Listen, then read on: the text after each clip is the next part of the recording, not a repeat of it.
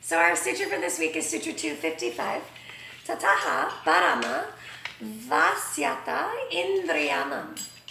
Says, then pratyahara is the result of absolute control of the senses. Thence arises complete mastery over the senses. So let's take this in the scope of reality. So not that I don't believe it's possible, because I do, and I absolutely believe that anything we consider to be impossible, that's a state of mind, and that's us convincing ourselves that something is not doable. I think anything is possible. I believe in all of Autobiography of a Yogi. And I always make a joke with my students that someday I'll believe enough that I'll just be able to run through the wall. I do tell them to record it though, because that would be pretty funny on YouTube.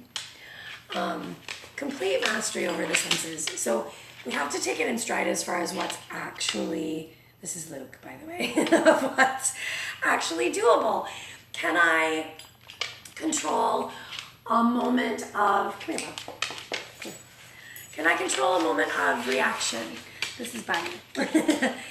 Can I control a moment of reaction? Can I take a moment in the mix of something when I know I have an instinct to jump or to argue or to react, whatever it may be? Can I take a moment of pause to actually see the scope of what's happening and maybe create a new energy of it and have a different reaction to it? Or, in that space of controlling the senses, can I come onto my mat and allow that settling to be so deep and so sweet that what I'm saying is I trust my mat, I trust my practice enough to let my garbage spill out, to truly 100% be here. And that's controlling the senses. That's saying body, mind, and spirit, I am going to, as best I can, be present in this moment of whatever I need to process, in this moment of letting my Hanumanasana or my Ekapada Kapotasana, my deepest postures, to truly do what they're supposed to be doing, rather than me in the mix of being in Halasana and plow, I'm doing my grocery list, or I'm thinking about when to pick up the kids, or this is hard, right?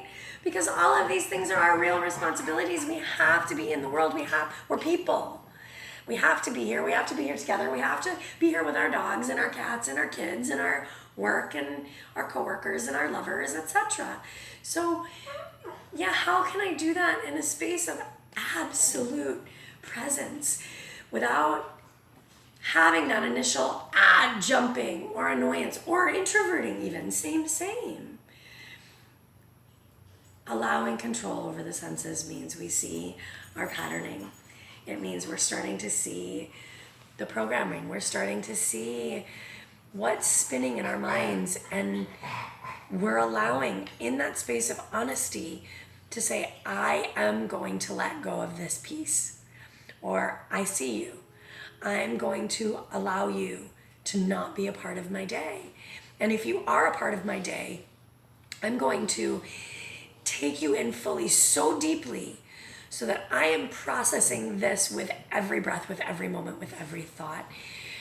Control is not being pushed and pulled by desire. It's not being pushed and pulled by reaction. And sometimes reaction feels instinctual, and sometimes it is. Sometimes it's karmic, and this stuff comes with us. And in that space of, this is how I've always reacted, maybe for thousands and thousands of lifetimes. But maybe that karma is, you need to exhaust this here and now. This is your chance to exhaust this karma and no longer react this way to this kind of person, or to this place, or to water, or to flying, whatever it might be. That we have the constant opportunity to check in and ask, am I actually being present? And in that space of presence, am I allowing the moment to play itself out? Or am I trying to steer and control and drive? When I got cancer, and I say this all the time, when I got cancer, I realized, and it took a minute, but I realized that we are not in control of every moment. And as much as we want to control things, and as much as we want to have that fix on things. We don't. And it's much more important to take it in stride and to know that, yeah, I can decide I can make my decisions. I can decide in each moment to be present in it, and I can decide how I'm going to react to something. But ultimately, our karmas happen because we're ready. And if something happens to us, we need to be ready for it in a calm, effective way. I talk about grace and gratitude all the time, in a way that has grace in it still, and in a way that has some gratitude in it still. Even thankful for the worst things that happen to us. So, controlling the senses also means acknowledging the karma. And in that space of acknowledging the karma, realizing that maybe I've had thousands of lifetimes. Okay, buddy, you gotta walk away. Maybe I've had thousands of lifetimes to do this, and it's my chance to not do it anymore, right? It's my chance to change it. It's my chance to check this one off the list so I don't have to do it ever again. Okay. Clearly, someone needs a lot of attention. His karma is that he is extremely, extremely needy and needs to learn to be more independent. All right, you guys, pratyahara, same. We've been talking about this for weeks. Withdraw from the outside, come inside, and see your work. And from that space of dharana, single focus, into dhyana, this space of having absolute control over what we think, what we feel. You know, the sutras will say no one can make you feel anything. Everything we feel is a choice. Everything we feel is a choice. And sometimes that's really hard. All right, practice. I do say this all the time. I think it's important. If you have dogs and cats and kids, let them be a part of what you're doing. Because when you try to push them out or lock them away, it's so much worse for everyone. So just let them be a piece of what's going on. All right, Shanti, Shanti.